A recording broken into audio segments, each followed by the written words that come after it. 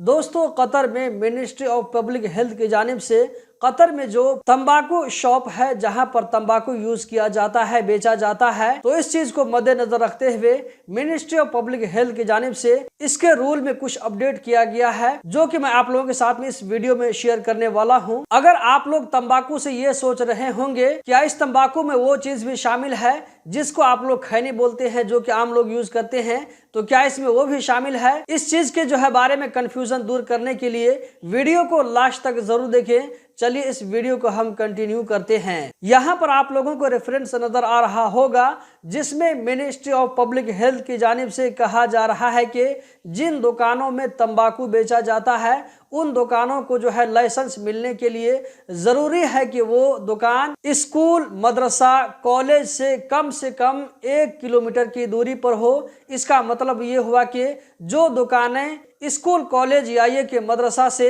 1 kilometre के अंदर में है तो ऐसी दुकानों को तंबाकू बेचने के लिए लाइसेंस नहीं दिया जाएगा।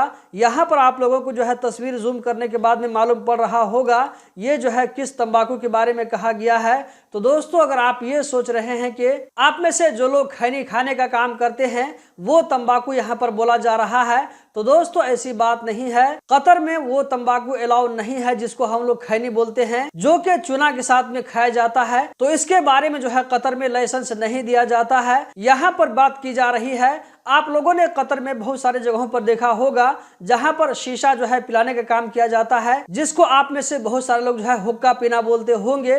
तो हुक्का पीने का जो लाइसेंस दिया जाएगा ये जो है ऐसे दुकानों को दिया जाएगा जो कि है, तो ऐसी दुकानों में सिगरेट को भी बेचने के लिए नहीं दिया जा रहा है। पहले बेचने के लिए दिया जाता था, लेकिन लगभग जो है 6-7 महीना से ये काम जो बंद कर दिया गया है। इसी के साथ साथ यहाँ पर मिनिस्ट्री ऑफ पब्लिक हेल्थ की जानिब से कहा गया है कि जिन दुकानों को तंबाकू यानी कि हुक्का वगैरह जो है शीशा वगैरह बेचने के लिए अलाउ किया जाएगा, तो यहाँ पर कहा जा रहा है कि इन सामानों को आप बाहर में दिखा करके नहीं रख सकते हैं, बल्कि इन सामानों को छुपा करके रखना होगा। इसका मेन मकसद ये है कि कतर में जो बच्चे पढ़ते हैं उन बच्चों को इन चीजों से दूर रखा जाए। इसी तरह यहाँ पर कहा जा रहा है कि इस एक्टिविटी से अपने आजू बाजू वालों को जो है आप तकलीफ नहीं दे सकते हैं। ऐसा न हो कि जो लोग शीशा पीने के लिए आ रहे हैं तो आपके जो अगल बगल में दुकान है तो उन लोगों को जो है डिस्टर्ब हो रहा है। इसी तरह यहाँ पर कहा जा रहा है कि आने जाने वाले लोगों की वजह से ट्रैफिक में भी कोई खलल न पड़े, इस चीज को ध्यान रखते हुए दुकानों को लाइसेंस दिया जाएगा। दोस्तों, इस वीडियो में इतना ही।